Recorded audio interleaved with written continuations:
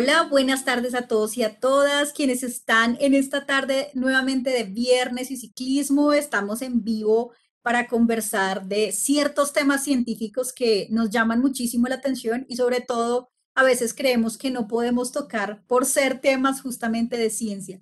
Mi nombre es Zuli Zavala, coordinadora general del proyecto Escarabajos, un país descubierto a pedalazos, un proyecto que ya pueden visitar en nuestra página www.banrepcultural.org/escarabajos, un proyecto que cuenta la historia del ciclismo colombiano a partir de las colecciones documentales que salvaguarda la red de bibliotecas del Banco de la República.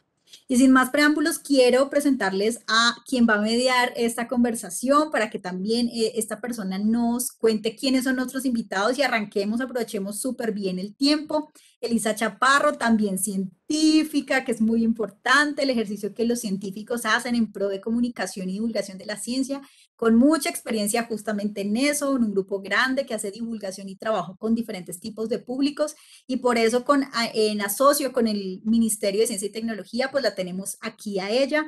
Yo no me quiero despedir sin agradecerle muy especialmente pues al Ministerio por unirse con nosotros, por diseñar y por darnos la oportunidad de hacer parte de alguna medida, en alguna parte, de sus cápsulas de video de la que lanzaremos una hoy sobre aerodinámica y túneles de viento, pero la otra parte, mi 50% de agradecimientos para la Universidad Antonio Nariño, que ha sido nuestro socio en muchísimas oportunidades y que dos de las personas invitadas son maestros, son profesores de esta universidad en el Departamento de Ciencias, entonces mil gracias a la universidad también por unirse con nosotros y Elisa, te dejo a ti para que arranquemos esta súper conversación.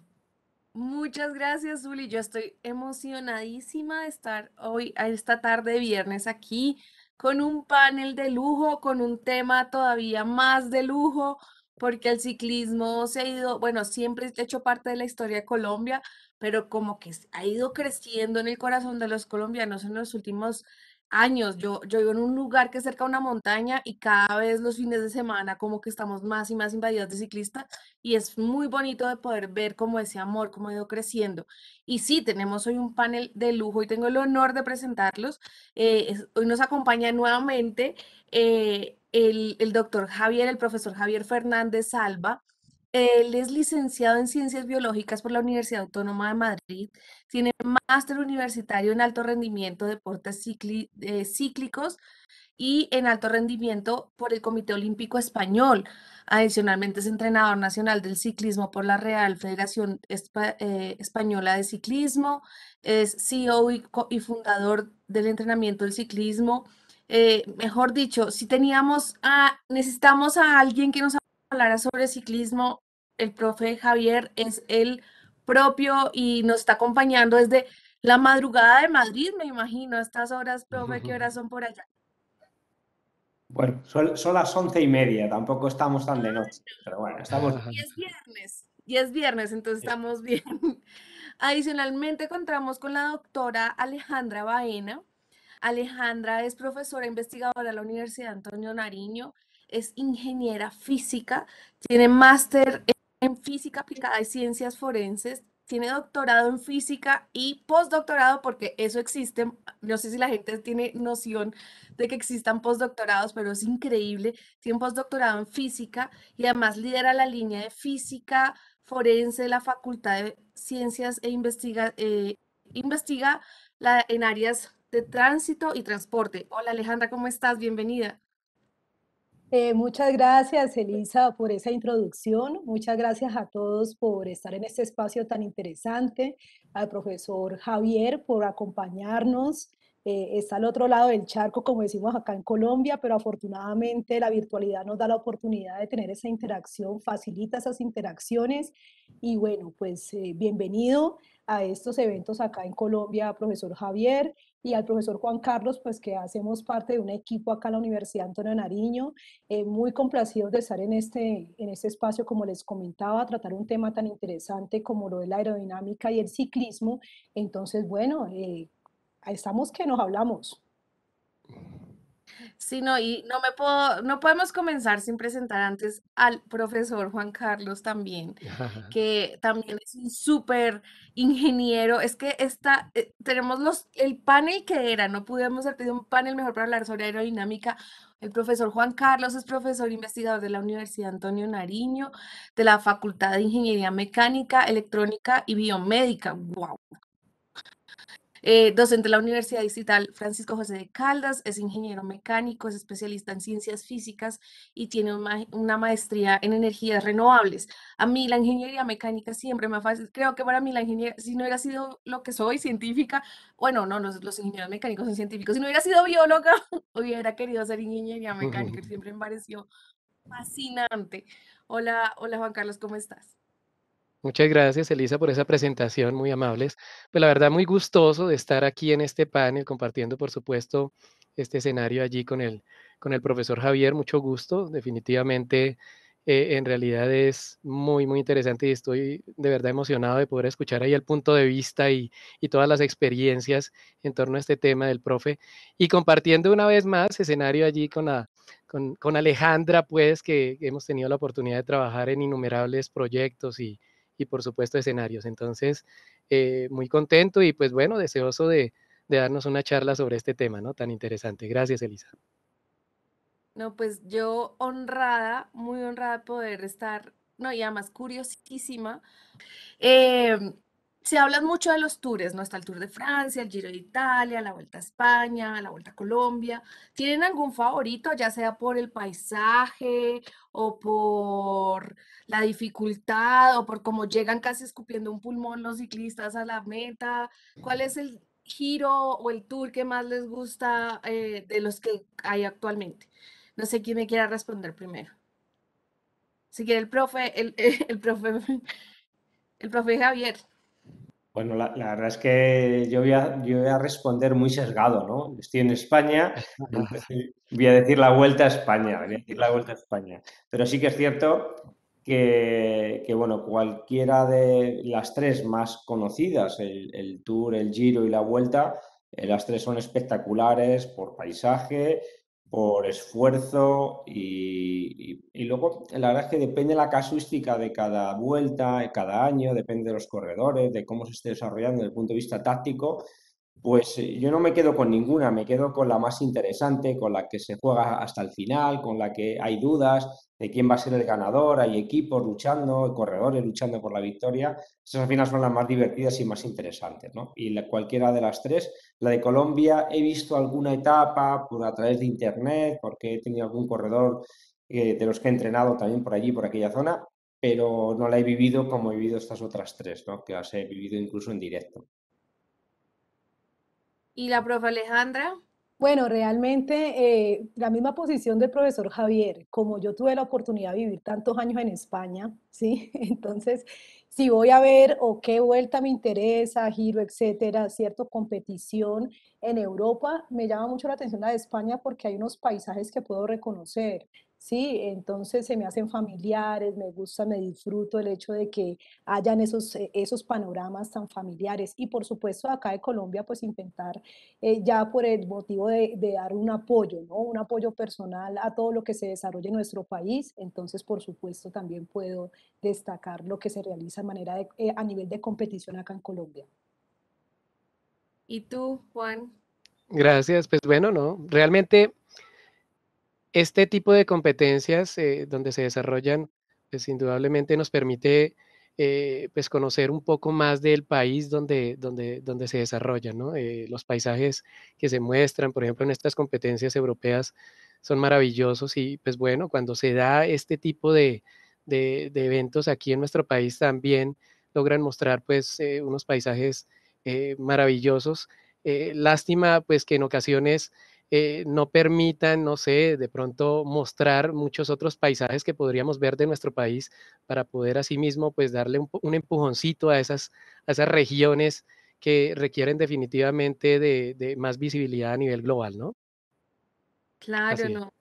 Yo creo que uno de mis recuerdos favoritos es que yo estaba en Boyacá y nos dijo, no, vámonos para la casa de Nairo Quintana, como si fuera, pero pues los papás tienen como una tiendita y justo ese día estaban en una etapa del Tour de Francia y tuve el honor de estar muy a las 7 de la mañana en la casa de ellos viendo una pues sufriendo con ellos. Creo que nunca había sufrido tanto, pues porque estaba como con la energía de los papás, claro, toda la emoción familiar, ¿no? Y creo que tengo ese recuerdo muy querido de ese Tour de Francia, eh, pues que tuve ese honor de poder compartir con los papás de Nairo y creo que se cayeron y fue como la angustia se cayó y no, pero no, estaba todo bien.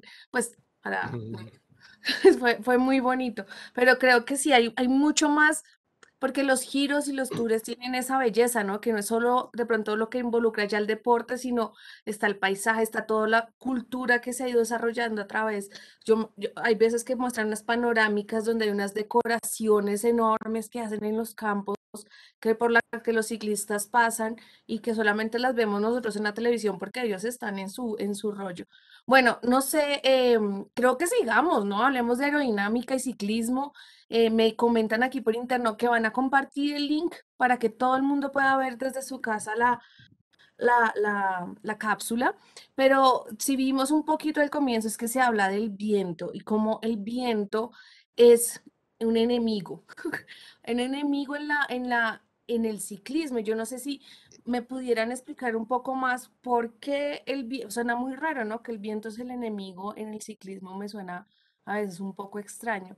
¿Cómo es ese enemigo para el para los ciclistas y para la aerodinámica en el ciclismo? No sé quién, si de pronto Alejandra quiera comenzar y luego alguno quiera complementar.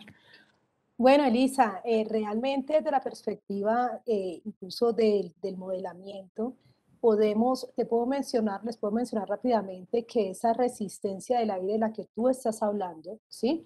Es una resistencia del aire que sienten cualquier objeto que está o que genera o que se mueve a altas velocidades, ¿sí? Y que se encuentra en un medio fluido, como es el aire. Entonces, es de esperarse, por supuesto, que un ciclista que se encuentra o que está pedaleando y que está adquiriendo una velocidad va a encontrarse con esa situación de sentir, ¿cierto? De ser impactado por una resistencia del aire. Y lo que te hablaba a nivel de modelamiento, te puedo decir, les puedo comentar que esa resistencia del aire es inversamente proporcional, perdón, es directamente proporcional a la velocidad, ¿sí? Entonces, a mayor velocidad, mayor resistencia, y cuando ustedes consultan, por ejemplo, algunos experimentos ya donde se han realizado tomando mediciones en un túnel de viento que realmente es tal cual como se escucha, ¿cierto? Un túnel donde se genera aire, donde se genera un flujo de viento y se somete a una persona en una bicicleta, en un vehículo, y poder estudiar toda esa resistencia o esa fuerza que está impactando, ¿cierto?, a ese objeto o a ese sistema que está en movimiento. Vemos que a medida que aumenta la velocidad, aumenta la resistencia, incluso en un 80% puede verse afectada la potencia de un ciclista por la resistencia del aire. Por esa razón, pues obviamente se toma como un desafío que hay que afrontar tanto en el ciclismo como en cualquier otro sistema que esté sometido a estos medios y que esté a altas velocidades. Entonces, eso es lo que te puedo en este momento introducir, los compañeros, los profesores Javier, Juan Carlos, si quieren ampliar esa información, pero por ahora podríamos comenzar a desarrollar ese conversatorio alrededor de la resistencia del aire con esta premisa, ¿no? Mayor velocidad, mayor resistencia. El profe Javier, o si quiere, profundiza un poquito en el aspecto teórico y digamos que ahí le invitaría incluso para que nos diera claridad sobre una cosita por ahí como que me inquieta, profe. Entonces, si me lo permite. Claro, por favor. Bien, como lo decía la profe Alejandra, efectivamente, en estos aspectos de esa fuerza restrictiva, ¿no? Al desplazamiento del ciclista, pues están allí la velocidad, ¿no? Entonces ahí es un aspecto importante porque a medida que aumenta la velocidad del ciclista, va aumentando esa fuerza restrictiva. Se puede ver, por supuesto, cómo si no se lleva la indumentaria adecuada, por ejemplo, la vestimenta adecuada, cómo incluso empieza a sacudirse, ¿no? Por esa acción de esa fuerza restrictiva, por ese aire, ¿no? Chocando contra el cuerpo de este ciclista. Pues bien, pues también hay otros aspectos allí importantes sobre esa fuerza y es, por ejemplo, la densidad del aire, ¿no? El aire. El aire que por supuesto circunda todo y que pues básicamente se va a comportar como si fuera una sustancia viscosa a través de la cual tiene que moverse la persona. Pues bien, esa densidad pues va a cambiar dependiendo de la temperatura a la que se encuentre y también de la altura sobre el nivel del mar. Entonces, Wow. allí es donde encontramos que ciertas alturas favorecen al desplazamiento del ciclista. Eh, Profe Javier, de lo que ha visto en sus experiencias, por supuesto, en todas estas competencias, ¿qué escenarios de pronto ha visto que manifiestan mayor dificultad allí a los ciclistas, teniendo en cuenta pues esta acción de esta fuerza restrictiva, ¿no? Bien, yo creo que ya habéis explicado perfectamente, tanto Alejandra como tú, Juan, lo que es la resistencia al aire, ¿eh? Que luego habría que añadir si encima hay viento, que eso no hemos hablado, pero para el ciclista es uno de sus grandes enemigos, aparte del aire, que el viento te azote en sentido lateral o incluso frontal. Yo además siempre pongo un ejemplo cuando explico esto a mis alumnos de la aerodinámica, digo, aquí hay una pared que nos está impidiendo pasar, lo único que cuando vamos despacio ni la notamos. Según vamos incrementando la velocidad es cuando empezamos a notar la pared y eso ocurre cuando vamos en bicicleta despacito y vamos empezando a notar que ya nos azota un viento que aparentemente no existe, ese es el aire.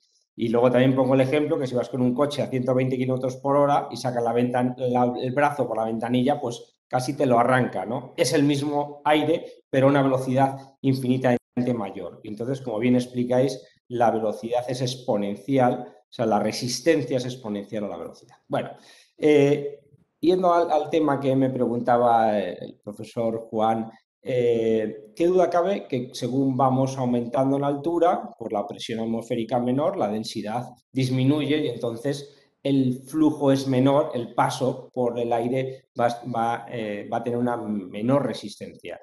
De ahí que cuando un ciclista o algunos ciclistas han decidido batir el récord de la hora, cuando te metes en un velódromo, te tiras en una hora dando vueltas a ese velódromo a velocidades por encima de los 50, 54 kilómetros por hora incluso, en la cual ya la resistencia aerodinámica juega un papel brutal en el resultado. O sea, entonces sí que eligen esos escenarios en altura donde esa pequeña disminución de la densidad va a ayudar a ese ciclista a recorrer el espacio en un menor tiempo porque hay menos resistencia.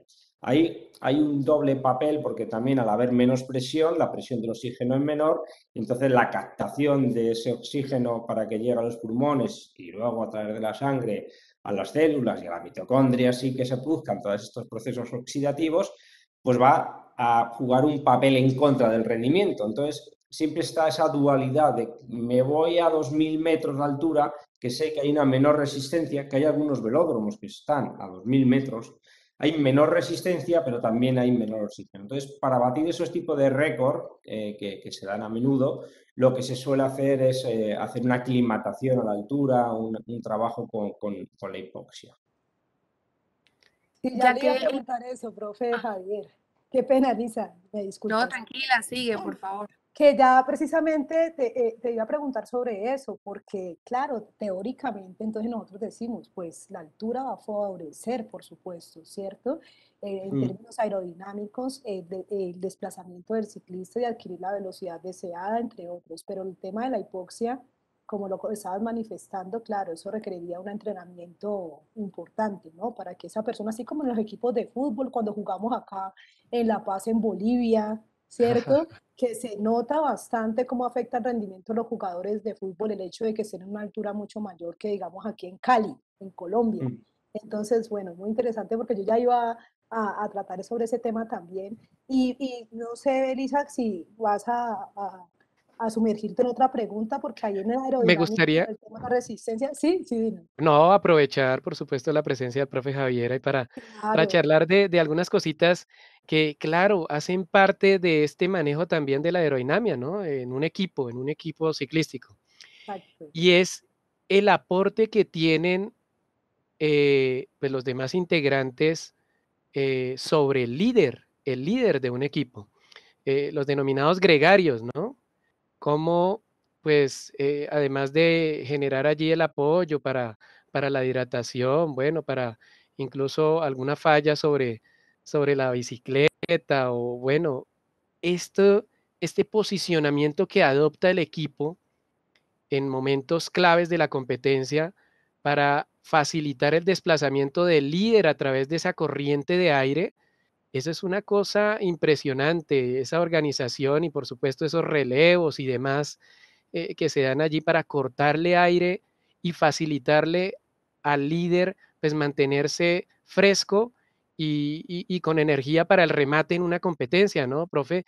¿Cómo es ese asunto? ¿Cómo es esa forma en que se reparten, pues digamos, esta tarea de acompañar al líder?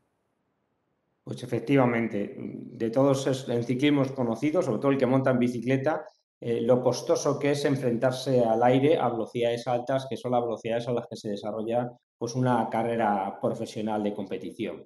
Entonces, en el deporte del ciclismo, que muchas veces hablamos de deporte de equipo, pues no se conceptúa como tal, como un equipo de fútbol, que se ve cómo se pasan el balón unos a otros para ayudarse a meter el gol. En el ciclismo, yo no voy a decir que es más importante que el trabajo del fútbol, porque es mi deporte, pero sí diría que es igual de importante y además has dado en el punto clave.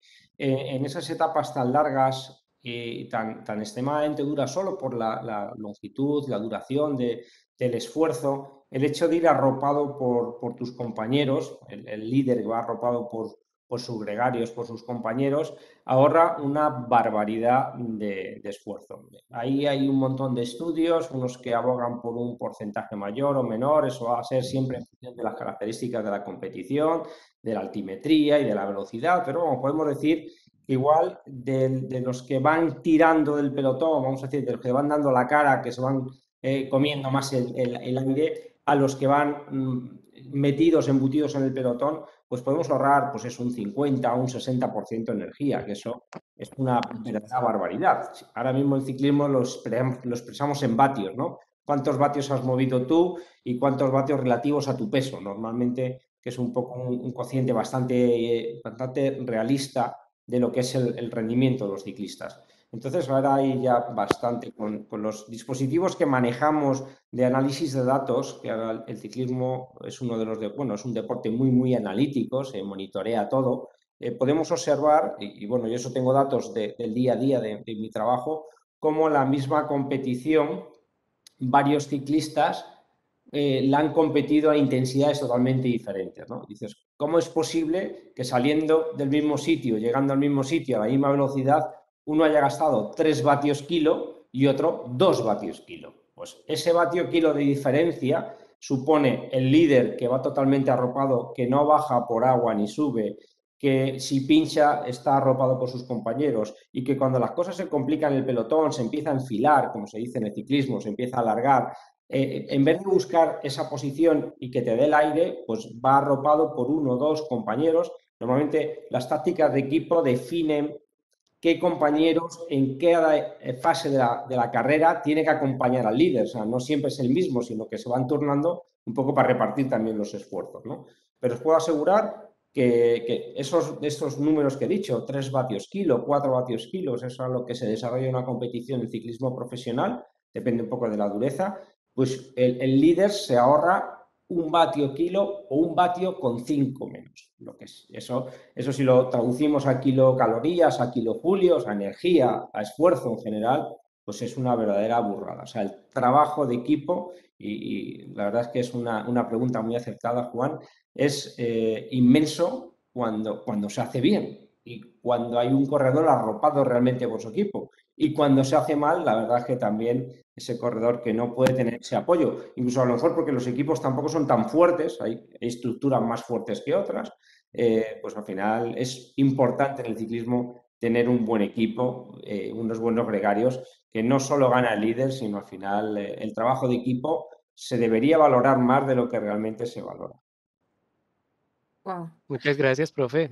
Y Gracias, estos que se profe. escapan, los que se escapan y son los que dicen voy a enfrentar este viento a capa y espada y son los que se ha medido cómo cómo afecta esto o cómo, Claro. cómo impacta en voltios y en todo esto que nos estaba contando? Sí, sí, la verdad es que cada vez que vas escapado, cada vez que te enfrentas solo contra el viento, pues claro, el esfuerzo es muchísimo mayor, o sea, el gasto energético es brutal. Un corredor en escapada va gastando una cantidad de energía, pues seguramente en este caso, pues 2, 3, 4 veces más que el que va dentro de un pelotón.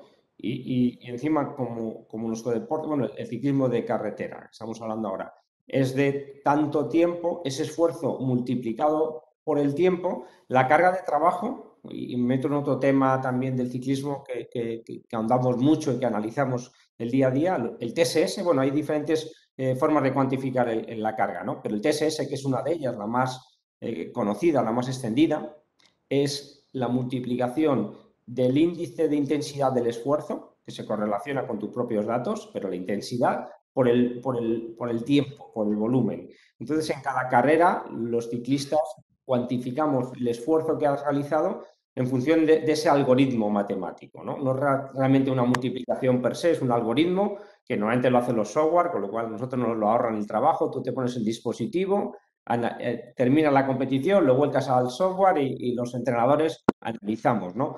Y la cantidad de TSS que se puede desarrollar en una competición, puede ser en torno, vamos a ser profesionales, pues a lo mejor 200, 300, en una etapa dura, incluso un poco más, pues la diferencia del que ha ido en el pelotón al que ha ido escapado, pues fácil es como 100 o 150 TSS sobre lo que estamos hablando. O sea, es un gasto energético brutal con la fatiga que eso genera, claro. Cuanto más intensidad, más fatiga.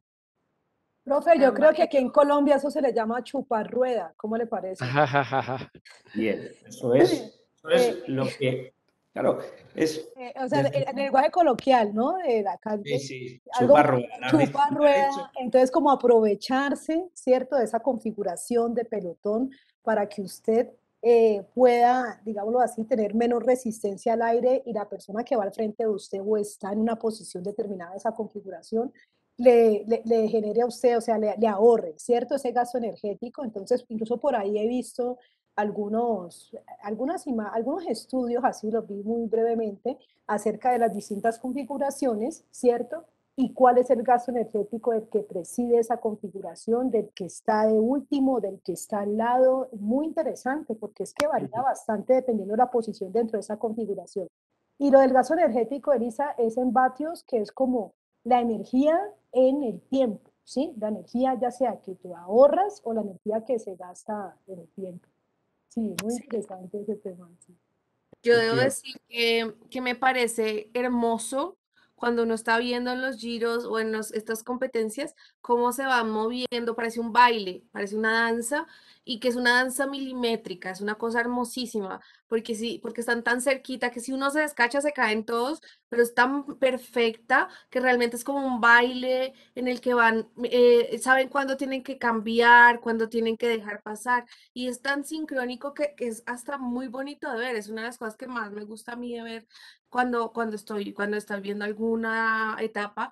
Me impresiona la exactitud que tiene el equipo y que me imagino la comunicación que deben tener, precisamente porque por más de que sean gregarios, pues se irán desgastando y se van como rotando, ¿verdad?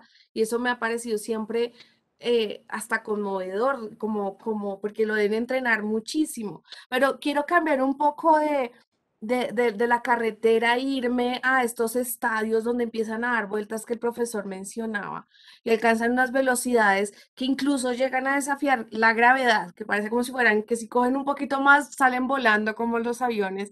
Y eso siempre me ha impresionado. Ahí cómo funciona la aerodinámica y la inercia y la resistencia al viento, donde me imagino que se alcanza una velocidad que se puede empezar a jugar un poco con la gravedad, ¿no? Porque yo he visto que pueden llegar hasta ciertas posiciones, pues no totalmente perpendiculares, pero sí realmente que uno dice, ¿cómo es que no se están cayendo estas personas?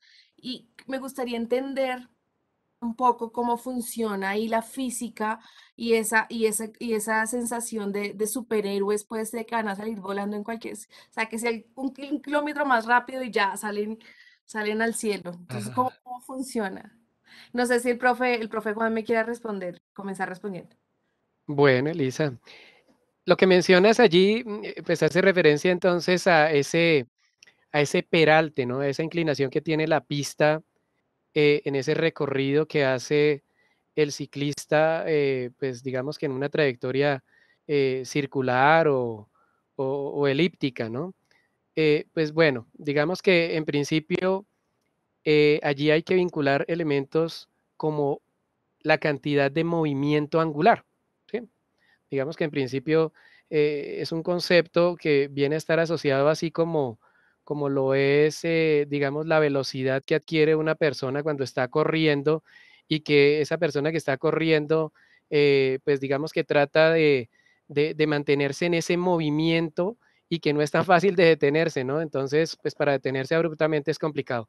En este caso es un movimiento circular, ¿no? En una trayectoria circular que se puede aproximar. Eh, esa cantidad de movimiento angular que está asociada allí a las ruedas, sobre todo de la bicicleta, permiten que esta persona puede desafiar, como tú lo mencionas, la gravedad, ¿no? Inclinarse demasiado, esa persona con su bicicleta, inclinarse demasiado bajo la acción de esa cantidad de movimiento rotacional que llevan también las ruedas, ¿no?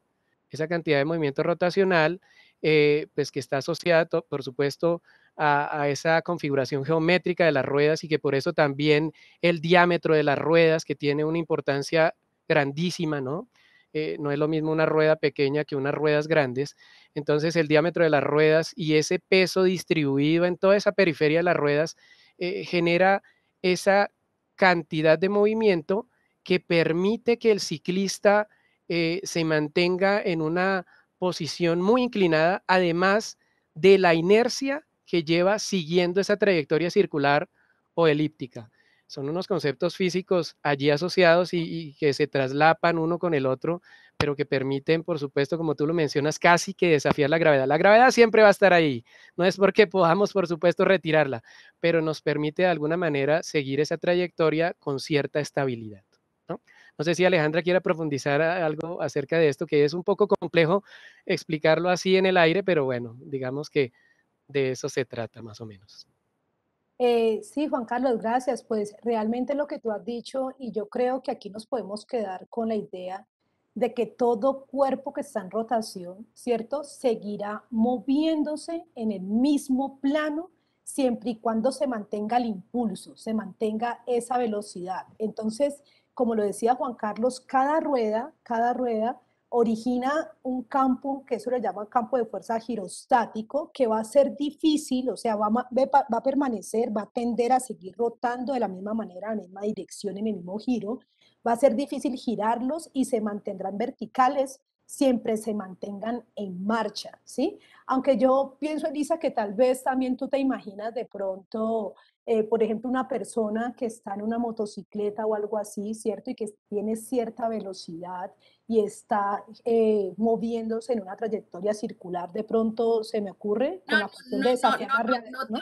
no tan redondo, pero sí no, en los Olímpicos uno los ve que llegan casi a, cuando, en los Juegos Olímpicos hay uno que comienzan a dar vueltas y llega a ser casi, pues como si estuvieran así, no sé, Exacto, perpendicular, te o entiendo. sea, como que se alcanzan a levantar en un ángulo que a mí siempre me ha impresionado. No, no está hablando de la rueda de la muerte de las motos, no, está hablando de ciclismo. Sí, entonces, en conclusión, pues está ese momento angular, ¿cierto? Esa inercia, ¿cierto? Que va a hacer que, o que va a permitir que ese cuerpo en rotación, si mantiene su torque, su rotación, pues se ponga o ponga más resistencia a que se gire, ¿cierto? O a que se caiga demasiado, a que se le cambie de posición. Entonces es como si, a pesar de que el ciclista va así hacia la trayectoria circular, hay una fuerza inercial que está haciendo que contrarresta esa fuerza hacia la trayectoria circular.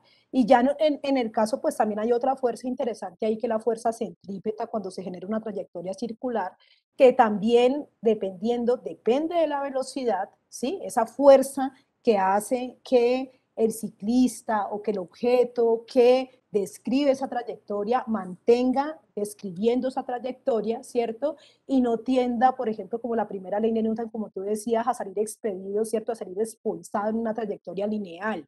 Y esto es si se conserva ese impulso o esa velocidad que se generan esas fuerzas de la naturaleza. Súper. Yo quisiera allí como enviarle una preguntita también al profe Javier en torno a este asunto.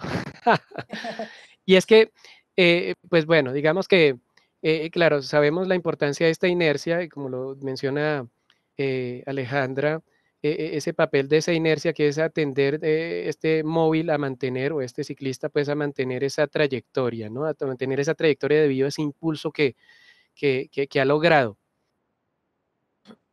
Profe, ¿cómo es la configuración que tienen estas bicicletas en esta participación de estas pistas que, por supuesto, logran impulsos y velocidades demasiado grandes, pero ¿cómo es, no?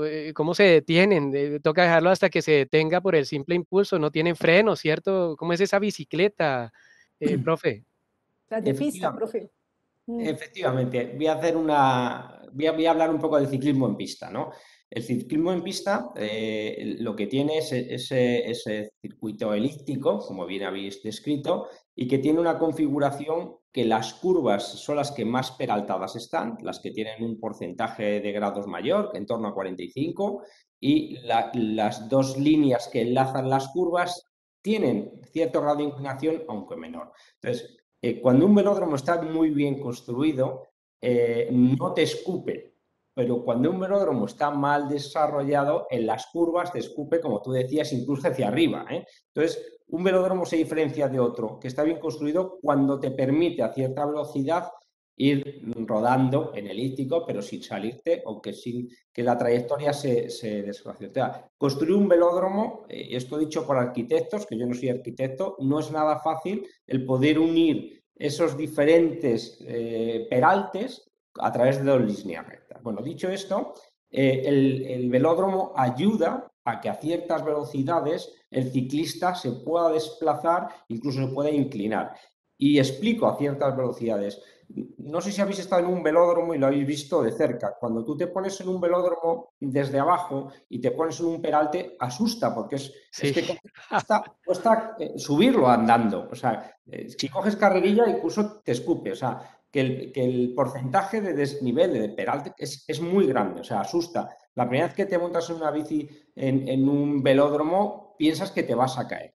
Y de hecho, si vas despacio, te caes. claro. Porque esa inercia y esa fuerza centrípeta que estaban hablando los dos profes de forma excepcional, tiene que generarse a una velocidad alta, porque a una velocidad baja esa fuerza es insuficiente para que te sujetes en el peralte. Entonces, si bajas despacito, el peralte la fuerza de gravedad va a poder con esa fuerza centrípeta y vas a desplazarte hacia abajo. Y luego las bicicletas de pista, para hacer todavía más complicado el desarrollo de estas pruebas y más divertido y más emocionante y que te desarrolle desde el punto de vista técnico-táctico una barbaridad, van, como bien ha dicho el profe, sin frenos y con un piñón fijo. ¿Qué significa ir con un piñón fijo? Significa que para frenar tienes que dejar de dar pedales. O sea, la única forma de frenar es dejar de dar pedales. Y no puedes frenar en competición de golpe, ni mucho menos, porque no puedes, cuando vas a 60 kilómetros por hora, que es una velocidad normal, o 50 en un velódromo, la inercia que lleva esa velocidad casi arrastra al pedaleo. Y si tú intentases dejar de dar pedales, la propia inercia te arrastraría y lo que pasa, sobre todo a los ciclistas más inexpertos, les suele pasar en sus primeros entrenamientos de pista, en una bici de pista, es que se van al suelo, porque ven que intentan parar porque les da miedo y como no tienen frenos, dejan de dar pedales y entonces sales por encima de la bicicleta, ¿no? Entonces son bicicletas que desde el punto de vista de la mejora de la técnica son ideales para cualquier edad porque te afinan la destreza, te afinan la coordinación y bueno, y el no llevar frenos, la verdad es que es un peligro, pero a la vez es una buena forma de aprender. Ya respetaba yo eso ahí, ahora lo respeto. Mi percepción acaba de cambiar 200%. Son unos tesos. Yo tenía mucho miedo. O todo el tiempo, o sea, no. Y además que la inercia uno diría que es una buena amiga en el ciclismo, pero está este otro factor, entonces que también te puede mandar Lejos. volando por los aires sin tu cicla, ¿no? Porque la cicla se queda en su mundo. Me están diciendo por interno que parece que sí vamos a poder ver la cápsula. Ay, qué bueno. Entonces, sí, es que de verdad es hermosa y creo que explica muchísimo sobre esto que estamos hablando, sobre los túneles de viento que mencionamos ahorita al comienzo y creo que si la vemos vamos a poder tener una discusión. Igual ya empezaron a llegar aquí varias preguntas que les tengo ya aquí de la gente, entonces no sé, Zuli, si quieres, la intentamos ver, ¿qué les parece? ¿Te has preguntado cuál es el primer rival que debe vencer un ciclista durante una competencia? Aunque no lo veas, es el viento. Pero, ¿por qué el viento? Resulta que cerca del 80% de las fuerzas de resistencia que un ciclista experimenta cuando viaja en un terreno plano a 30 km por hora o cerca del 90% cuando viaja a 40 km por hora son de origen aerodinámico. Es decir, que se relacionan con el aire en movimiento y la interacción que existe entre este y los cuerpos sólidos que se mueven a través de él, la bici y el ciclista. El estudio de estas interacciones se realiza a través de una rama de la física denominada aerodinámica.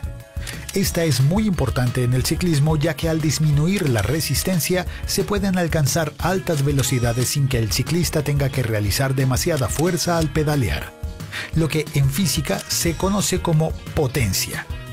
Pero, ¿qué factores intervienen para que exista más o menos resistencia aerodinámica? RA o drag force.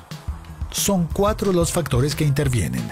Todos ellos se relacionan en una ecuación en donde aparecen la densidad del aire, ρ, el área frontal del sistema bicicleta-ciclista, A, la velocidad del ciclista, V, y el coeficiente de arrastre aerodinámico, CD. Si observamos esta fórmula, podemos comprender algunas cosas muy interesantes acerca de la resistencia aerodinámica y su importancia para el ciclismo. Primera, la resistencia aerodinámica aumenta con el cuadrado de la velocidad. Esto significa que, para desplazarse más rápidamente, el ciclista debe enfrentar una mayor resistencia del aire. Segunda, la resistencia aerodinámica depende directamente de la densidad del aire, ρ. Y aunque esta es una variable que no podemos controlar, sí sabemos que varía con la altura. Por ejemplo, a 0 metros sobre el nivel del mar, como en Mosquera, Nariño, la densidad del aire es de 1,225 kilogramos sobre metro cúbico y a 2000 metros, como en Isnos, Huila, es de 1,007 kilogramos sobre metro cúbico. En conclusión, a mayor altura, menor densidad del aire y por ende, menor resistencia aerodinámica.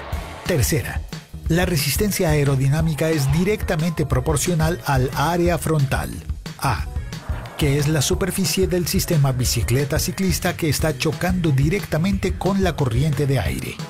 Para variar el área frontal, el ciclista puede cambiar su posición sobre la bicicleta, por ejemplo en back up, back horizontal, back down 1, back down 2 o elbows.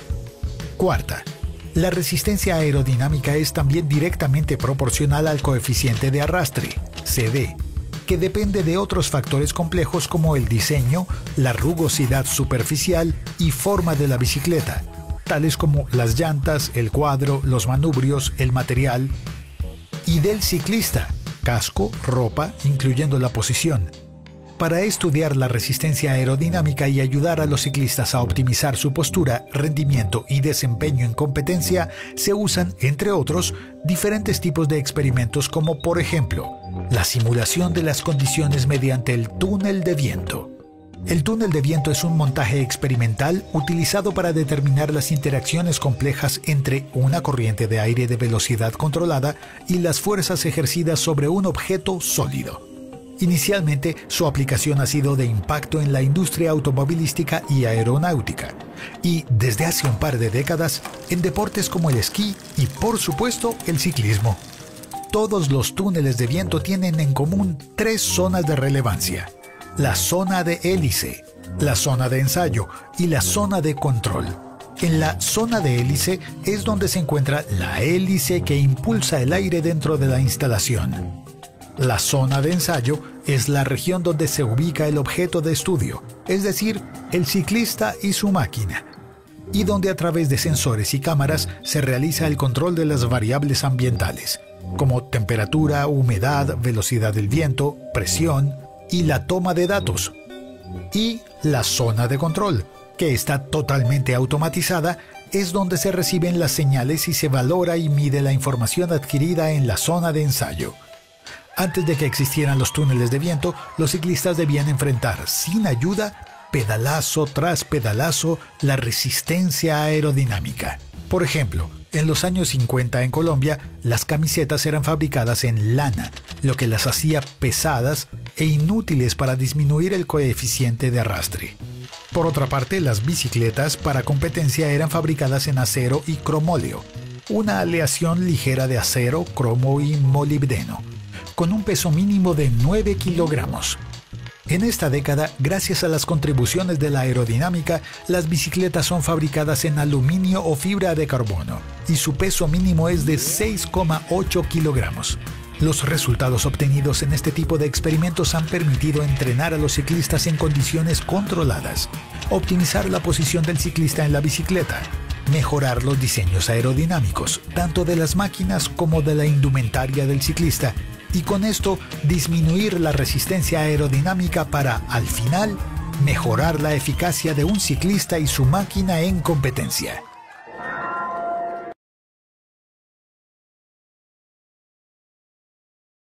Valió la espera, yo creo que qué cosa tan bonita y bien hecha. Felicitaciones a MinCiencias, a la Biblioteca Luis Ángel Arango, está maravillosa. Sé que también la Universidad Antonio Nariño metió ahí sus asesorías, está maravilloso, felicitaciones.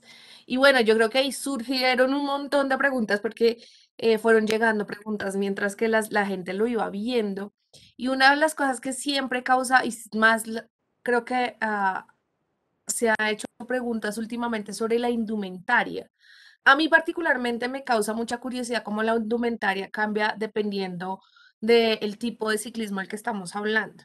A pesar de que yo imagino que la resistencia y pues muchas cosas es similar, de pronto por la duración de la carrera o por de pronto la misma forma que estamos hablando, eso va a impactar en la forma de que se viste el ciclista, el casco y la cicla. Ahí viene como esa primera pregunta, digamos, estamos hablando de BMX o pista o montaña. Yo me imagino que esta indumentaria y que las mismas bicicletas van a ir cambiando para enfrentar y poder solucionar, digamos, estos desafíos que la aerodinámica les presenta a los deportistas.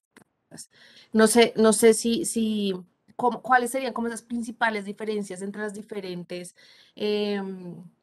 tipos de ciclismo. No sé, si el profe Javier quiere comenzar con esta pregunta. Empiezo yo. Vale, bueno, el tipos de ciclismo o modalidades de ciclismo hay muchas y cada día más, ¿no? Entonces, como estamos hablando, la aerodinámica es importante cuando se va deprisa. Si se va despacio, no es tan determinante. Y sobre todo cuando tienes que empujar tú la bicicleta.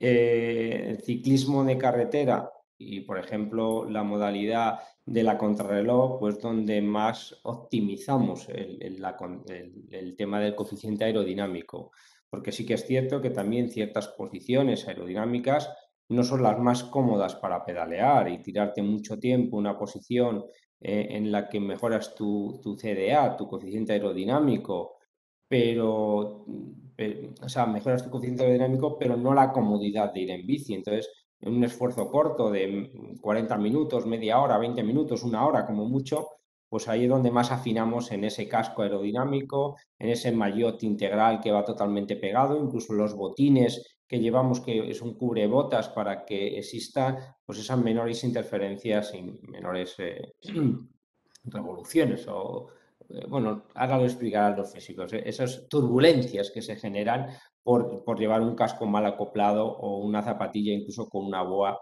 que puede generar. Modalidades en las que más nos preocupan la aerodinámica, podemos hablar de ciclismo carretera, sobre todo en contrarreloj, ciclismo en pista en modalidades de mayor duración, como puede ser una persecución o puede ser persecución por equipos o persecución individual, en la que va el ciclista completamente acoplado. Y luego ya hay otras modalidades, como puede ser la bicicleta de montaña, incluso el BMX o el trial, que básicamente es estático, en la que hay otros componentes de rendimiento más importantes y vamos a decir que preocupa menos la aerodinámica, ¿no? Pensemos siempre en eso, cuando se va muy deprisa y puedes ir acoplado en la bicicleta porque la modalidad lo permita, ciclismo en pista contrarreloj, es donde más se trabaja con la aerodinámica. Por ejemplo, en bicicleta BMX sí que es cierto que necesitas una capacidad de aceleración brutal y al final de la carrera se pueden alcanzar velocidades, no voy a decir altas, voy a decir medias, porque al final son esfuerzos de 35 segundos más o menos en la que constantemente se está acelerando y saltando. Entonces ahí la aerodinámica pues prácticamente no la tienen en cuenta. En bici de montaña, en XCO, en XCM, pues tampoco les preocupa tanto. Igual XCO menos, porque el circuito es constantemente sub y baja, y en XCM, que sería la modalidad de maratón, que ya sí que hay algunos tramos en los que el ir en grupo, en ir con más deportistas o agazaparte detrás de uno, ya sí que empieza a ser un poco más importante. Entonces, bueno, pues en general vamos al extremo de la aerodinámica, contrarreloj, ciclismo en pista, que es donde más se hacen estudios, túnel del viento y todo esto, y las otras modalidades más de campo que se van más despacio, ciclocross, mountain bike, BMX, trial, pues ahí hay otros factores de rendimiento que son mucho más determinantes que la aerodinámica. Pues, ¿Quieres intervenir, Alejandra, o pues paso yo? yo puedo aquí comentar algo muy sencillo, complementándole al profesor Javier acerca de las diferencias entre un tipo de ciclismo y el otro. Y como él lo comentaba, es realmente el propósito de ese tipo de ciclismo, ¿cierto? Por ejemplo, el ciclismo BMX, pues lo que se quiere es resistencia, ¿cierto? Algún manejo más fácil de la bicicleta, por eso las bicicletas tienen como esos cuadros pequeños que son como las carcasas de los vehículos, cuando podemos ver una persona como Mariana Pajón, ¿cierto? En su dinámica, ¿cierto? En su competencia, pues fácilmente lo primero que vemos de diferencia con Nairo Quintana, la bicicleta, ¿cierto? Que la bicicleta es más pequeña, que es un cuadro más pequeño, que las llantas son más amplias, son más anchas, y esto también es porque dependiendo del tipo de terreno, pues si es un terreno suelto, si es un terreno de rampa, pues va a ser diferente esas llantas porque lo que se requiere es resistencia, ¿no? Se requiere resistencia. Las de montaña, pues ya lo que se requiere es poder contrarrestar esos terrenos o todas esas, digamos, esos impactos que puede generar en un ciclista los terrenos accidentados, los terrenos sueltos. Entonces lo mismo, pues ahí la bicicleta cambia, ¿no? La bicicleta va a tener unos sistemas de amortiguación y otros mecanismos de ese tipo que van a poder absorber esa energía de impacto que genera un terreno accidentado. Ya en cuanto a la indumentaria, como lo decía el profe Javier, pues eso dependerá qué tan preocupante sea la aerodinámica acorde al tipo de ciclismo, pero lo que es cierto es que debe ser una indumentaria ajustada al ciclista, ¿cierto? Porque si no es una indumentaria ajustada al ciclista, pues puede generar impactos, digamos, puede ser afectado por el flujo de aire que esté generando algún tipo de turbulencia, que se esté, ¿cierto? Que se esté, ¿qué te digo?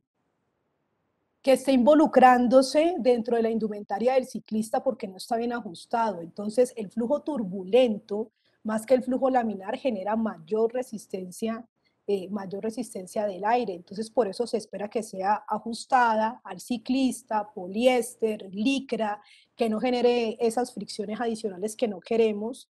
Además de eso, pues está toda la regulación térmica también. Imagínense ustedes un ciclista en alturas importantes, Boyacá, entre otros, con un frío o con una lluvia, ¿cierto? Que tiene que lidiar con esas situaciones ambientales, pues espera que sea algo impermeable, que permita pues generar ese aislamiento térmico, ¿cierto? Tanto el calor como el frío para el ciclista. Ya hablábamos de las bicicletas de pista, ¿cierto? Que bicicletas que se busca que sean de alta velocidad, que hay un plato, un sistema, o me corrige el profesor Javier, con un piñón fijo, ¿no? Mucha velocidad, que no puede frenarse tampoco, sino que es un sistema de transmisión directo de los pedales a la llanta trasera. ¿Qué otra cosa podemos mencionar? El manubrio de la bicicleta de ruta como la que tiene Nairo Quintana, ¿cierto? Un manubrio que permita diferentes posiciones aerodinámicas. Si no estoy mal, se llama drop bar, entonces permite diferentes posiciones que ya miraremos en el transcurso de esta charla cuáles son las más convenientes. Sería muy interesante poder discutir Sí, este sí. tema acá, ¿cierto? Y bueno, eso es lo que tendría aquí como para agregar. Hay muchos otros aspectos que podrían ser interesantes, pero pues por ahora yo creo que con esto complemento ahí un poquito o amplío un poquito lo que comentaba el profesor Javier. Sí, es que nos están llegando, mejor dicho, vamos a tener que ser puntuales con las preguntas, que hay tantas preguntas que, mejor dicho, vamos a contestar, si logramos contestar todas hoy, todas. Nos pregunta Tate. Tate nos dice, ¿qué tan necesario es tener el sillín alto?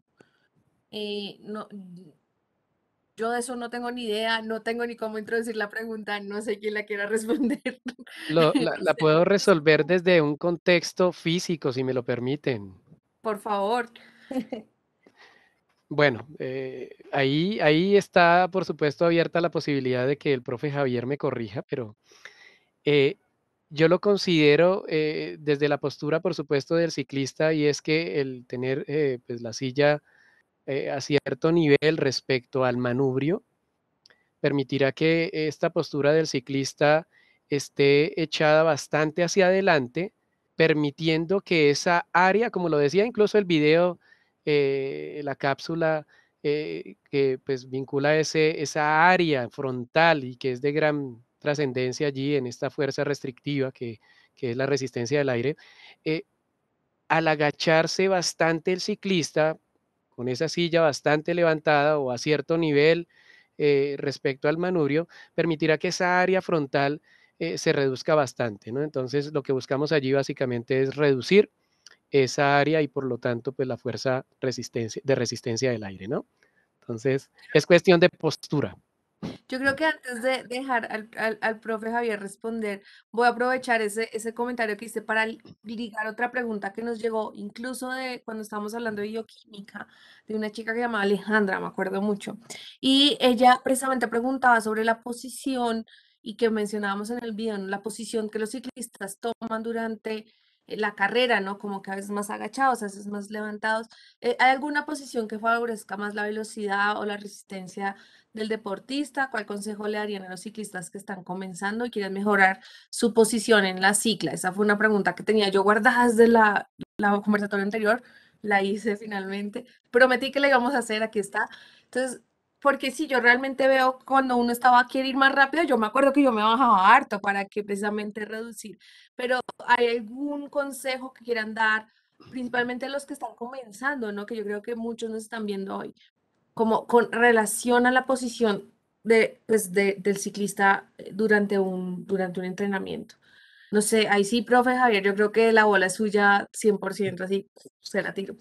Bueno, aquí hay una ciencia relativamente nueva que es la biomecánica en el ciclismo. Digo nueva porque a lo mejor lleva 15, 20 años y sobre todo en estos últimos 5 se ha avanzado una barbaridad, ¿no? Entonces, al final, lo primero que se recomienda es que la posición que lleves en la bicicleta sea óptima, que la altura del sillín sea óptima para que tu flexo-extensión de la pierna ronde los 65 grados en flexión, 140, 150 en extensión, un poco depende de la literatura que manejes, pero en ese orden estaría.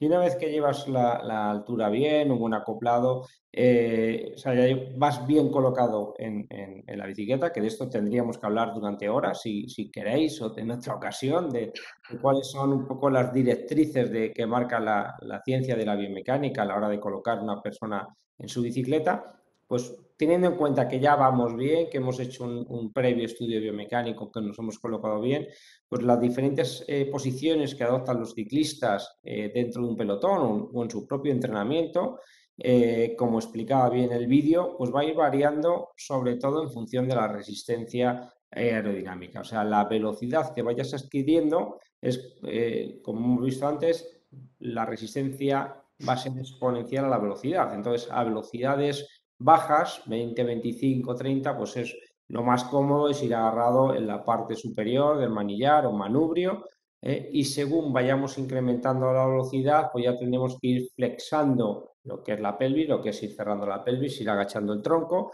para ir adquiriendo un mejor coeficiente aerodinámico, una menor superficie de contacto con el aire, para precisamente minimizar en lo posible esa resistencia aerodinámica y que nos permita andar más rápido gastando menos.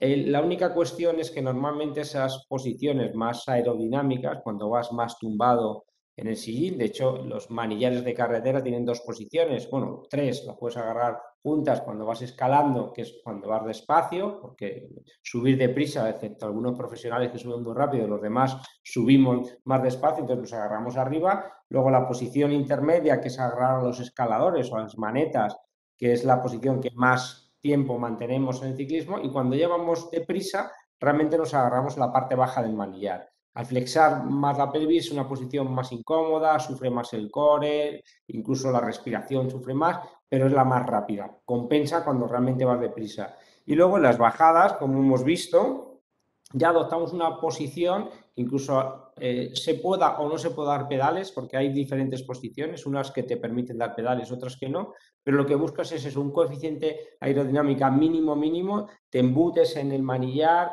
metes la cabeza, incluso proyectas la cabeza por delante del manillar. Ahora ya hay unas posiciones que imagino que sabréis que según la Unión Ciclista Internacional están prohibidas, son posiciones muy agresivas y que la Unión Ciclista Internacional pues ha prohibido porque, bueno, según lo que ellos han explicado es que cuando ves a Froome o ves a Peter Sagan en esas posiciones tan agresivas, hay que manejar la bicicleta muy bien, hay que tener una técnica exquisita y claro, no todo el mundo la tenemos. Entonces, claro, bajar un puerto a 90 km por hora echando la cabeza hacia adelante, pues pierdes el control de la bicicleta. Ellos no lo terminan perdiendo porque lo tienen muy, ya, vamos a decir, asumido. Incluso son por gente que coordina muy bien, tiene esa destreza, esa habilidad motriz especial, pero no todo lo podemos hacer. Entonces, bueno, esas posiciones ya tan extremas, yo sí que rogaría que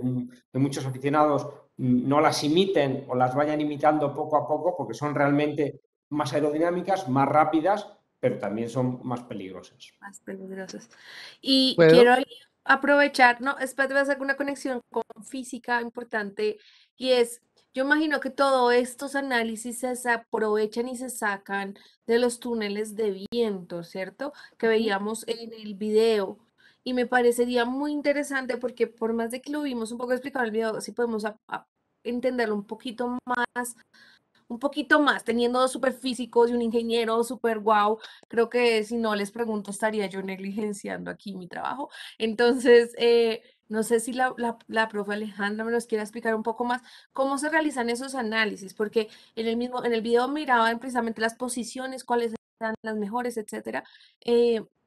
¿Cómo funciona el túnel y qué es lo que me dirían en el caso de las posiciones en el túnel del viento? Tenía el micrófono apagado. ¿Me escuchan? Sí, sí. Sí, te escuchamos. Bueno, precisamente lo que decía la cápsula, sí, un túnel de viento es como una especie de laboratorio, ¿sí? Donde vamos a estudiar todas las fuerzas, los impactos que puede recibir un cuerpo que está sometido a un medio fluido, que en este caso es el aire. Como lo comentaba el video, entonces pues se tiene el ciclista, ¿cierto? En el medio, digamos, de esta gran cápsula que es un túnel y por medio de una turbina se genera un viento, ¿cierto? Se genera un fluido, que en este caso es el aire, y que tiene pues ciertas condiciones, un fluido que podemos identificar con algunos sensores que están tanto en la posición que tiene el ciclista, la bicicleta, así como también que están vinculados a la turbina, pues podemos controlar y medir variables como lo son la presión, como lo son la velocidad del viento, el impacto con el que llega ese viento a la posición donde se encuentra el ciclista. Entonces podemos medir todo ese tipo de variables controlándolas en una sala de control, ¿no? Tal, valga la redundancia, en una sala de control pues tenemos todo un sistema que nos permite verificar con esos sensores todas las variables a las que está siendo expuesta ese ciclista, perdón. Y de esta manera pues poder determinar lo que conversábamos de cuál posición sería aerodinámicamente más favorable. Entonces, en general es un laboratorio donde controlamos variables y donde podemos estar ensayando, experimentando con diferentes, tanto implementos, indumentarias, también las mismas bicicletas y las posiciones del ciclista. Ya que lo mencionas, Elisa, con respecto al túnel de viento y ampliando un poco más, pues comentando más bien algo adicional de lo que decía el profesor Javier, que es casi lo mismo, pero quería mencionar acerca de un experimento a nivel de academia. Nosotros estamos pues muy pendientes de las publicaciones que surgen de este tipo de experimentaciones, de la simulación también. Aquí se utiliza, ustedes saben que ahora pues el boom de la aplicación de nuevos algoritmos y también del modelamiento para poder predecir, ¿sí? A partir de todo un fundamento de física, predecir estas variables o predecir, digamos, estos impactos que se generan debido a la resistencia del aire, como lo decía el profe, como lo decía Juan Carlos, pues tenemos la resistencia del aire que va a ser producto no solamente de ese área frontal, que va a depender de la posición del ciclista y de la misma bicicleta, sino de ese coeficiente de arrastre que en todo es el coeficiente aerodinámico. Los dos constituyen el coeficiente aerodinámico que va a depender de las bicicletas, de la posición del casco y de otros elementos que pueden, digamos, aumentar esa interacción entre el fluido, entre el aire y el ciclista. Entonces, esas posiciones, profe, que decía que la de Fromm, Pantiani, que uno las ve y parecen muy peligrosas, ¿cierto? Entonces, precisamente ese experimento que estuvimos revisando por allá en Eindhoven, en Holanda, ¿cierto? Y Lovaina en Bélgica, como que allá hay un túnel de viento muy importante donde se realizan muchas experimentaciones. Y te cuento que la de Fromm, la infame posición de Fromm, no es tan eficiente como la gente lo pensaría, ¿sí? Incluso hay muchas otras posiciones que sobrepasan esa posición de Fromm en cuanto a qué le quiero decir, a disminuir esa Eficiencia. eficiencia, exactamente, mi profe. Eficiencia, y entonces, por ejemplo, hay una que llama Top Tube, que me imagino que también es peligrosa, no sé si sea aprobada por allá por el Comité Internacional, que es en la parte posterior del tubo, ¿sí? Y con el torso hacia el manubrio, perdón, inclinados al manubrio, y esa posición supuestamente pues disminuye muchísimo el área frontal y por ende la resistencia del aire, ese coeficiente de resistencia del aire, ¿cierto? Aerodinámico, perdón. Pero se resalta la importancia de lo que estaba diciendo el profe Javier y es en la seguridad. O sea, la seguridad debe primar a la hora de practicar un deporte. Entonces, esas posiciones tal vez pueden mejorar ese impacto, ¿cierto? Esa potencia, que no sea tan impactable la resistencia, pero digamos, qué riesgos puede traer eso para un ciclista incluso profesional, ¿sí? Entonces, se recomienda en ese estudio una posición que es muy buena, que disminuye siempre ese área frontal, que creo que llama el back down, profe, el back down que es sobre el sillín, pero tal cual lo que decías, intentando estar inclinado, metido, ¿cierto? Allí hacia el manubrio que tiene esa posibilidad de uno adoptar esa posición con comodidad. Entonces, eso es lo que quería mencionar acerca de los experimentos del túnel de viento y alguna otra cosita, Juan Carlos, que me haya escapado con los túneles de viento. Muchas cosas. No, Alejandra, casi me deja sin discurso. Pues bueno, realmente, pues bueno, algo que sí debe quedar y ante estas inquietudes que pues, nos están enviando allí, es que en el proceso formativo, ¿no? Del ciclista debería primar sobre todo la seguridad, ¿no? Entonces, esas posturas que ve uno allí como magistrales en cuanto a la reducción de esa fuerza de resistencia del aire, esa restricción del aire, pues bueno, dejémoselas Y eso, ¿no? Por supuesto, en ciertos escenarios, porque ya sabemos que hay reglamentaciones que la prohíben incluso, dejémoselas a los experimentados. En el proceso de aprendizaje, pues digamos que procuremos trabajar es la parte muscular y por supuesto la postura, pero convencional sobre la bicicleta. Y es que el centro de masa, y digamos que podemos mencionar ese concepto, el centro de masa que podríamos decir que es como la ubicación de, de ese punto central dentro de la distribución másica del cuerpo, mientras más abajo esté, es mucho mejor, más segura. Entonces, la postura convencional, ahí es donde también hay una cosa importante en donde se debe hacer un balance, como lo decía el profe, en la altura del sillín, porque tampoco está bien que lo elevemos demasiado, porque estaríamos también subiendo el centro de masa. Y ese centro de masa, por supuesto, pues cuando está muy alejado del suelo, que es donde están ahí las fuerzas de fricción, pues también va a provocar fácilmente inestabilidades, ¿no? Que pueden hacer que el ciclista pierda el control de su vehículo. Y en cuanto a perder el control del vehículo, profe, hay una cosa que se suele presentar cuando va uno en su bicicleta, y esto se puede modelar precisamente en un túnel de viento, es cuando vamos, digamos, en una vía transitada y al costado pasa un vehículo a alta velocidad. Entonces, ese control de la bicicleta como que se pierde allí al pasar ese vehículo a alta velocidad, mientras nosotros vamos pedaleando, como que nosotros vemos que perdemos el equilibrio. Eh, Esto se da justamente por un efecto que se estudia en esos túneles de viento, que es, pues bueno, una expresión que conocemos en física que se llama la ecuación de Bernoulli, el efecto Bernoulli allí. Eh, Esas corrientes de velocidad tan elevadas que estarían, digamos que por uno de los costados del ciclista, provoca una reducción en la presión de ese costado. Altas velocidades de un fluido, se reduce entonces la presión, una presión que se denomina la presión estática allí. Esa presión estática es como si nos succionara, ¿no? ¿Cierto, profe? Sentimos una succión hacia el costado por donde ha pasado el vehículo y justamente eso ha ocasionado graves accidentes, ¿no? Cuando hay esos entrenamientos y que por supuesto pasan vehículos como tractocamiones que pues son bastante largos y que pues el primer choque que se siente cuando cruza ese vehículo es esa corriente de aire, se reduce la presión de ese costado, pero como al otro costado la presión es normal, digamos la presión atmosférica, entonces esa presión de un costado mayor a la presión reducida del costado por donde pasa el vehículo, pues genera un empuje, ¿no? Ese es el efecto succión. Y vemos que, pues bueno, en muchas ocasiones cuando no se toman medidas ante esta situación, pues se dan accidentes muy, muy delicados. Entonces, ante todo, primero la seguridad, ¿cierto, profe? Sí, la verdad es que eso que estás comentando es muy, muy importante.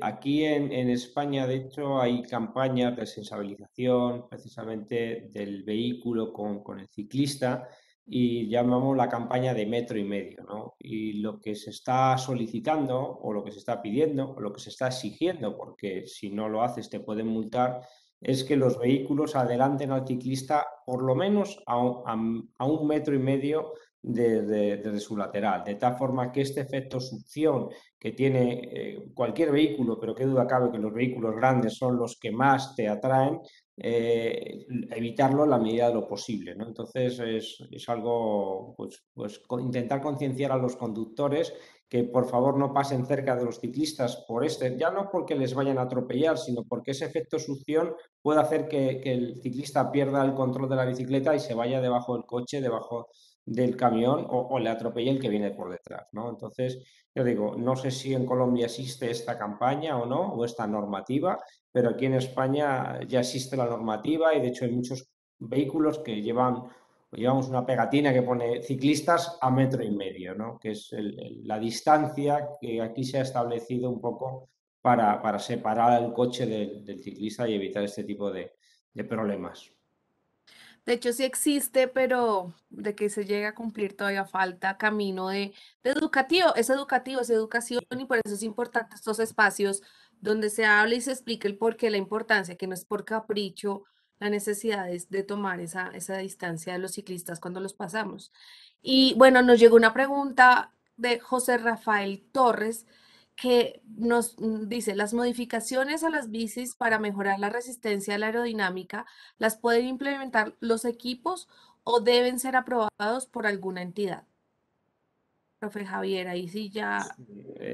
Realmente, ahora mismo la Unión Ciclista Internacional regula las estructuras y los cuadros, las ruedas, o sea, regula todo lo que se puede llevar en una bicicleta. Entonces, dentro de que se puede mejorar en la medida que la Unión Ciclista Internacional te lo permita. Por ejemplo, el tubo de las bicicletas tiene que ser como máximo de 7 centímetros. O sea, no puede haber tubos vamos a decir, más largos, más ovales y más aerodinámicos. De hecho, hubo una época en la que a lo mejor alguno la recuerda, en que se empezaron a desarrollar bicicletas monocascos de carbono con unos perfiles enormes que eran mucho más aerodinámicas. Pues esas bicicletas no se pueden utilizar y de hecho los récords a la hora que se batieron con ese tipo de bicicletas vamos a decir que se han descatalogado, ¿no? Se ha hecho como dos ventanas. Una, la de los récords a la hora con bicicletas aerodinámicas y otros los récords a la hora con bicicletas convencionales, ¿no? Incluso los manillares pueden tener 4 centímetros máximo, 1 centímetro de ancho, o sea, todo está regulado por la Unión Ciclista Internacional. Entiendo. Y bueno, ahí viene una pregunta más mía sobre la diferencia y cómo cambia cuando vemos los ciclistas en las Paralimpiadas, ¿no? Cómo cambia muchísimo, pero sin embargo, si nos ponemos a pensar, los desafíos terminan aerodinámicamente siendo similares, el viento, la gravedad, todo esto pues es también un constante. Como que destacarían en las diferencias, tanto en los equipos como en, pues obviamente en las ciclas, que vemos en el ciclismo paralímpico y como, sí, como, ¿qué es lo más importante? ¿Qué es lo que ustedes más destacarían desde la física, pero también desde la técnica y desde la experiencia del profe Javier? Pues bueno, los juegos el ciclismo adaptado, ciclismo paralímpico, algunas modalidades se compiten exactamente en las mismas condiciones que el ciclismo, vamos a decir, normal, sin adaptación. O sea, esto va por categorías y por niveles de lesiones.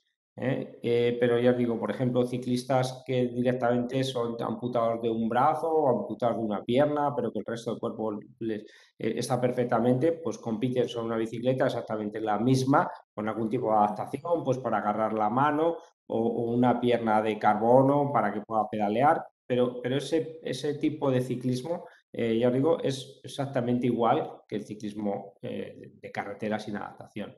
Luego sí que existen otras modalidades, por ejemplo, que son los triciclos, que son personas que tienen un daño cerebral importante y entonces no pueden ir en una bicicleta convencional de 2 ruedas, sino que van sobre 3 ruedas. Estas bicicletas realmente no adquieren unas velocidades demasiado altas, entonces no se tiene tan en cuenta el patrón aerodinámico. Pero, por ejemplo, hay otra modalidad de ciclismo adaptado que es el handbike, que son estas personas que tienen pues, la columna dañada y entonces las piernas las tienen inmovilizadas y el ciclismo lo desarrollan a través de movimientos con los brazos. De la misma forma, hay 4 categorías en función de la lesión medular, en su caso, o de la amputación para la gente que está amputada, desde H5, que son los amputados, a H1, que son los que tienen una lesión medular más alta y tienen mayores dificultades para pedalear con los brazos.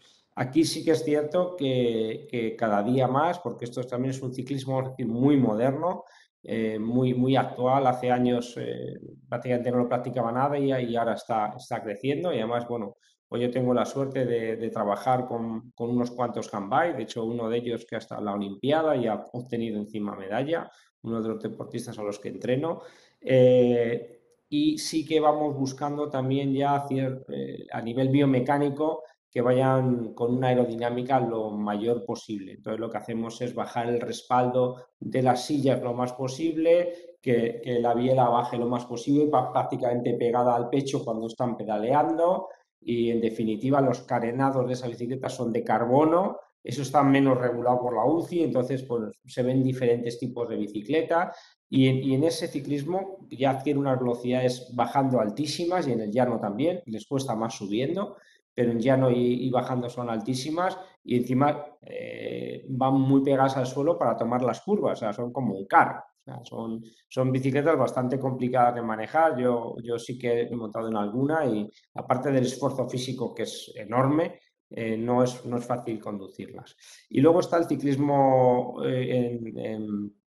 para invidentes, que al final es un tándem, y ahí sí que se trabaja mucho la aerodinámica, en este caso de dos sujetos, de dos ciclistas, pero sí que intentan adoptar las posiciones más aerodinámicas.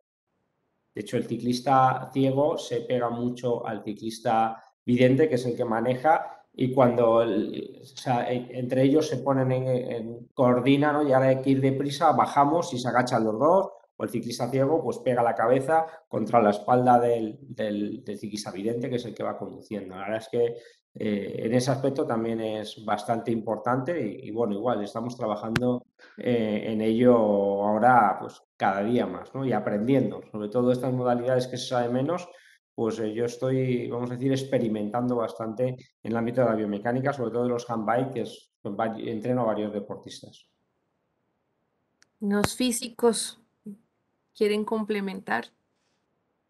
Pues a mí me gustaría comentar lo que comentaba, lo que decía el profe Javier, de que están trabajando bastante en el aspecto de la aerodinámica, biomecánica, ¿cierto? Vinculado a mejorar ese rendimiento en las bicicletas adaptadas como las que comentaba el profe Javier, las handbike, las tandem, entre otras. Y quiero resaltar otra vez un estudio que se realizó ahí en las universidades que les comentaba anteriormente, Eindhoven, Lovaina de Bélgica, y con la cooperación de otra universidad que es la de Galway de Irlanda. No sé si el profe la conoce, porque de ahí hace parte lo que es un ganador, una persona, un profesor que parece ser que ha ganado varias veces medalla en ese tipo de deportes, ¿cierto? Los paralímpicos, Egan Clifford, ¿cierto? Y entonces ese estudio, ¿cómo les parece? Que igual en un túnel de viento, ¿sí? Pero experimentando con esas bicicletas adaptadas. Entonces, incluso aprovechando que está el profe acá, decía que las handbike, que si se pasaba en descenso de una posición de las 6 en punto a uno de las 9 en punto, podía mejorar un pequeño porcentaje y que se puede reflejado en tiempo, unos 6, 8 segundos en una carrera de 10 kilómetros, de 500 metros, primero creo. Que los tándem, por ejemplo, lo que decía el profe, que está el guía, ¿cierto? La persona que conduce principalmente, que eres una persona sin ninguna dificultad para la visión, y la persona invidente, que si la persona invidente en un descenso se agarra de la tija de la bicicleta, ¿sí?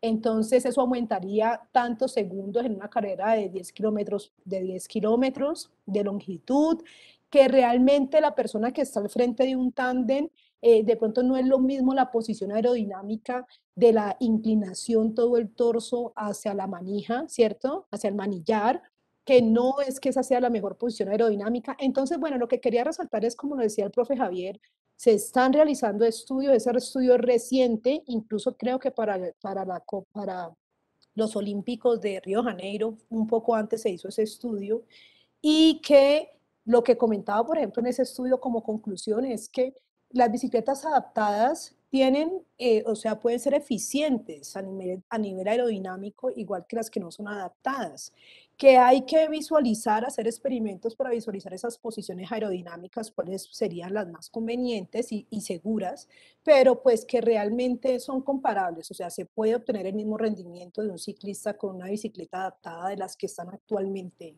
aprobadas. No, yo creo que nos podríamos quedar aquí otra hora hablando fácil, pero ya me están diciendo que se nos está acabando el tiempo, y yo les quiero hacer solo una última pregunta ya para cerrar, y es, ¿qué consejo en una frase? Cada uno tiene una frase solamente para responder esto. Y sé que es difícil, pero vayan pensando, ¿qué consejo desde la aerodinámica, desde la biomecánica, desde su experiencia, le darían a los que están comenzando para que no pierdan como ese amor? Hemos visto que que esto es un deporte hermosísimo, lleno de técnica, lleno de baile, de sincronía, de trabajo en equipo. ¿Qué consejo le darían a estas personas que nos están viendo y que nos verán en el futuro de manera sincrónica cuando este video suba a las redes? Juan, te tocó comenzar. Bueno, definitivamente, como ingeniero mecánico, yo soy de los que no puedo ver un artefacto, no puedo ver un mecanismo, no puedo ver algo que no funcione adecuadamente. Hay que considerar entonces que las personas que están interesadas en este deporte, que hagan de su bicicleta una extensión de su cuerpo, ¿sí? Que no escatimen en esfuerzos para mantener su bicicleta en óptimas condiciones. Definitivamente no puedo ocultar mi gusto por la mecánica, mi gusto por supuesto, por todo este tipo de mecanismos. Y iba a comentar incluso que en estas bicicletas que hay pues para estas competencias de paralímpicos, son unas bicicletas muy ricas en ingeniería. Entonces, hagan de su bicicleta una extensión de su cuerpo, cuídenlas y por supuesto manténganlas en óptimas condiciones. Genial. Profe Alejandra. Ay, bueno, yo me quiero despedir tratando un tema que es un tema que nosotros trabajamos acá bastante, por el que nos preocupamos en la universidad, y es el tema de la seguridad vial. Desafortunadamente, en Colombia hemos tenido noticias de ciclistas que han empezado sus carreras con esfuerzo, con todo, y que han estado involucrados en un accidente de tránsito donde han perdido la vida, ¿sí? Entonces, yo me voy dejando sobre la mesa el tema de la seguridad vial. Si es un ciclista que quiere comenzar, que tiene emprendimiento por ese aspecto, unirse a un equipo de trabajo. Sé que a veces las condiciones económicas y otras condiciones no facilitan el que uno esté involucrado en un equipo de trabajo con un entrenador, ojalá de las características del profesor Javier, que pueda guiarlo, apoyarle, recomendarle, sacar un espacio apropiado, ¿cierto? Y un tiempo apropiado para el entrenamiento, ¿sí? Que aventurarse solos a este gran desafío y que es muy bonito, ¿sí? Y es un desafío porque de pronto aquí no están las condiciones para el entrenamiento apropiado, pero a mí lo dejo sobre la mesa. Lo primero, la vida, preservar la vida, estar pendiente con el tema de la seguridad vial y unirse a un equipo, unirse a un equipo. Bueno, yo creo que ya después de 2 conversatorios con el profe Javier, le tengo es que decir Sensei, Master Sensei Javier, genio ciclístico español, por favor. ¿Cuál sería, con qué nos dejarías? Bueno, pues yo como mi lado de entrenador y como mi lado de biomecánico, yo sí que diría dentro de la medida de lo posible, la capacidad que tenga cada uno, que haga un estudio biomecánico. Nosotros, yo empecé con esto de la biomecánica haciendo biomecánicas solo a ciclistas profesionales, pero realmente ahora mi gran público, hoy he hecho 3 estudios biomecánicos y eran 3 cicloturistas. O sea, aquí en España ya hay bastantes biomecánicos, creo que es biomecánica asequible y que aparte de hacer un estudio biomecánico, vamos a recomendar cuál es la posición óptima para ya no solo su rendimiento, sino también para su salud y que puedan disfrutar de la bicicleta evitando las lesiones. Bueno, pues nada, qué pesar que el tiempo vuela cuando uno se está divirtiendo. De verdad no sentí esta hora ni un poquito. Y pues agradecerles a todos por participar, a todos los que nos están viendo desde sus casas, por acompañarnos este viernes en la tarde desde sus casas. Esperamos que esta discusión les haya servido. Agradecerle a estos increíble panel por compartir su conocimiento, su pasión. Creo que realmente, como les decía antes, ya admiraba el ciclismo muchísimo, ahora me voy mucho más enamorada, creo que voy a gritar mucho más cuando vea los giros y los tours y las vueltas. Le pondré más atención a los paisajes de la Vuelta a España y pensaré en el profesor Javier. Y pues muchísimas gracias. Contarles que estos videos de los conversatorios van a estar en redes próximamente, así que los van a poder ver una, dos, tres veces. Si llegan más preguntas, yo me imagino las pueden poner y de pronto las veremos cómo las ayudamos a responder. También agradecerle al Ministerio de Ciencia, a Todo es Ciencia y claro, a la Biblioteca Luis Ángel Arango por esta invitación. Y pues nada, es viernes, el cuerpo lo sabe, entonces descansen, disfruten y tengan una bonita noche. Hasta luego.